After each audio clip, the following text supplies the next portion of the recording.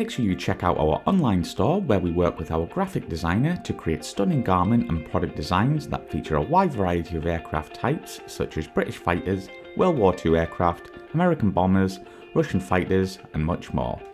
You can pick your favourite designs and personalise any items within our Redbubble store that range from clothing right the way through to stationery. All of our designs feature our logo so you can show your support for the channel while getting a quality product. You can head to our website aircrewinterview.tv and click store, or go to redbubble.com/people/AC interview. Thank you and enjoy.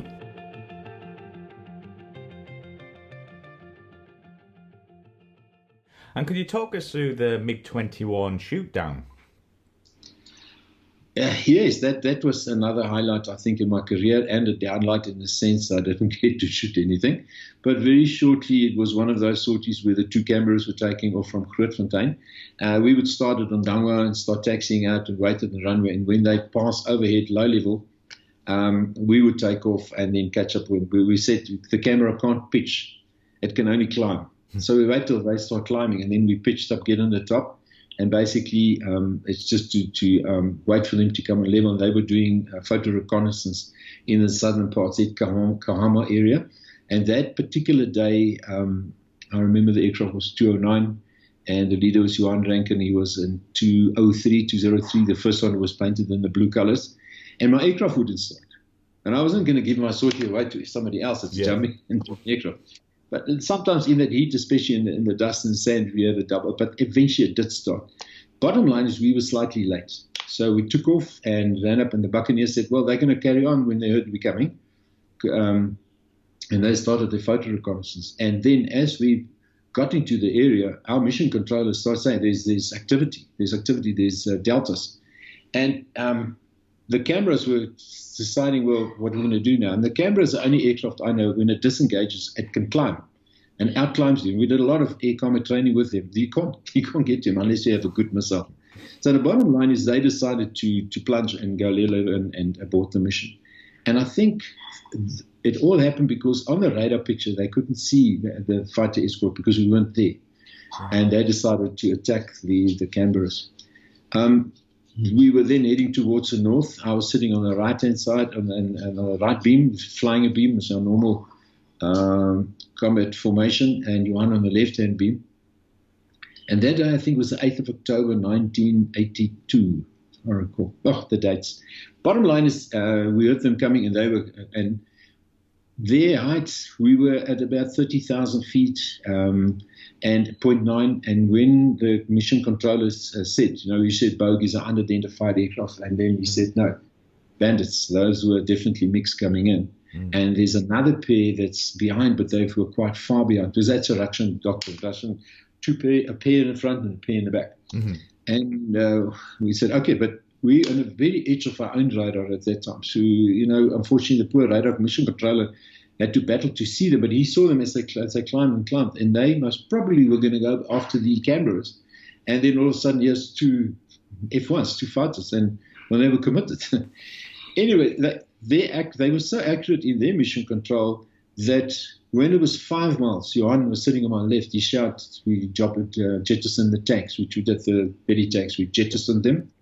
And he said, he picked them up, and they were going to pass on my right-hand side. And if you're on the right-hand side, usually you look towards the front and the back. That's your cover. His is the other way around. So we cover. You don't look after your own side, you look after his side. And when I looked up, they were so close, in a close formation, that I could see their white helmets down in the cockpit. And I couldn't understand it. Yeah, but so close. I mean, you could see that. It numbed me for a second. I was going to love to see a MiG, but not that close. Not close. Anyway, but Johan was turning already. I'll try and make it short. And then when I turned, I was actually thrown outside of the fight. And these guys were so close to each other. But now the problem was that other pair is behind. We turned because they were quite far behind. Russian doctrine is not further than 5. And then you must be careful where you turn. Bottom line is it was open and we turned. And amazingly, turning around, Johan had them. He was going after them all the time, and I was trying to play catch up here. But the next moment, he also shouted, I can't remember the thing, I still got the tape somewhere, and from the Canberra's tape the conversation. And I thought, but they're firing their missiles. It looked like they were firing their missiles.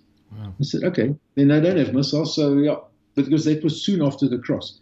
And then as we're trying to catch it, the next moment something like a pin, a big pin came floating. And I had to actually turn to, now we're doing Mach 1.1, I think, at 30,000 feet, and they were supersonic as well. So that was the supersonic cross. And okay, now watching the fuel. But we knew they had less fuel than us because the MiG-21 just got less fuel than the F1. But a long story short is that when Johan eventually fired his missile, that was a Matra 550, it did, you could see there was lock, but it wasn't very, very steady. No, sorry, the first one just, it didn't lock, but he was too far in the anxiety. And that was his second MiG interception. He had one a year before where he shot down one MiG. So then that missile just went astray. Now, in the meantime, the mission controller and I'm talking, I have to look behind and see if I can see the MiGs. And he couldn't give a distance or a height because he was in red radar for us. He could only hear them coming, and he's got more or less a plot, but he couldn't physically see them on the radar. So that was my job, looking at the back whilst trying to catch up. And then Johan shot the next Matra 550, and that you could see it barreled. And it went all the way up to the guy in the behind. They were quite close like that. And then number two, it exploded about 70 meters. Now later on, we used with a gun camera film, we could see 7 meters. Yeah, it exploded. So, and it picked up quite a bit of damage, and I'll tell you why. We know. But the next moment, it just did a split S. And this guy, the thing is, they reversed as well. And we don't know why they reversed, and that's actually why we could catch up. But I was still about 1,500 meters behind and watching all this. And I looked back, and as I looked back, that guy was gone. I couldn't see him. And I said, oh, Johan, I'll come back to you. And he was chasing the other MiG. And now he only got the 30mm cannons. And I mean, there's nothing wrong with the 30mm cannon, the two of them. And he fired so close, and he hit the MiG, if I can show with my hand, on the left wing, right? It went in here, and it hit and exploded. And it exploded on the gun camera film. I think you've seen it. It was so huge that I got a fright. And the next minute, I saw Johan's aircraft fly through all this. I could see the MiG pitching up, this thick black smoke pitching up, and Johan, his aircraft was burning. But it's actually all the, all the pieces and shrapnel went over his aircraft. And I heard over his voice, and I still today said, "I'm going down." Now that's not the words you want to hear. No. And I laughed that guy off, and he said, "No, I was trying to track him because I was still 1,500 meters and 90 degrees off, so there's no way I could actually get him." But that thick black smoke. And Johan actually meant that he had a compressor store through all the stuff that went through the engine. Wow. But that's not what I heard. But anyway, and eventually tried to find him, and I couldn't see him. The MiGs are on their way. And the next moment I look up, and on my right, here's the aircraft pitching up. I said, "Is it you pitching up?" Because at distance, the F1 and the MiG looks the same. He says, "Yeah, get on the beam." I said, "Yeah, okay." So I got on the beam. So that took 6 minutes, that whole fight. And we low on fuel, but we flew back. In the meantime, the cameras were running home, chirping which was on the tape recorder. But incidentally, and what I would like to say about this, that why we still talk about it today, we have contact with those pilots. Oh, and so the MiG-21, he shot down in the first, a year before, I think it was the 6th of in November in 81. Mm-hmm. This was the 4th of October 82, and we said we come to the bush again the 4th of September 83. He doesn't fly because can you imagine? Maybe a year later, he was there at the right place at the right time, and that aircraft was shot down. And then later on, also it's much later. It's only just recently. One of our ex-Air Force, also ex-SAA guys, is starting writing a book about the involvement of the Cubans in the Angolan Conflict. Mm. And he met up with a guy and we'll try not to use names, I mean, Cubans won't be too happy about it. The guys that he flew with against the first one, some of the guys defected to America, but these guys that we flew against are still in Cuba.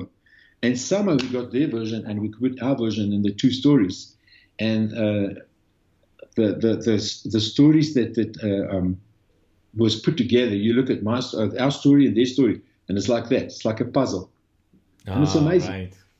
And the questions we had was answered by them, and the questions they had was answered by us, not by communicating directly, but the two reports. It's amazing. When that book comes out, I must give you a call. And then we realized that it wasn't the missiles they fired. It was actually the fuel tanks. They also jettisoned their fuel tanks. And that's what it looked like. And similarly, they thought we fired missiles, but we jettisoned our tanks 5 miles before the cross.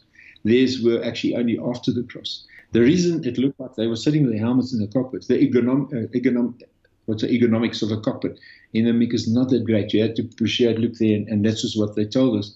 So it was not a matter of just push here and the tanks are gone. And that's why they had to look down, make sure they don't jettison the missiles. So it's amazing. Then the guy that went back first, they made it in fuel. We thought they were not going to make it in fuel. And he had, the aircraft had shrapnel. It was the proximity fuels of the missile that caused the shrapnel. The other aircraft was damaged. It ran off the runway, but the guy managed to get it. And both guys are fine and alive and they're well. And amazingly, that aircraft it took about a year to fix. And I'm not sure it ever flew again, but they tried to fix it. It had a big hole and just behind the wing. And one thing we didn't know about the MiG, the F1 has got two separate fuel systems. You can use a crossfeed to transfer the fuel in case you get shot on this side, how to get as much fuel out, and then just to make sure you don't lose all your fuel. The MiGs had an even better system. Their tanks sealed. So this tank that was shot, the aircraft sealed it off.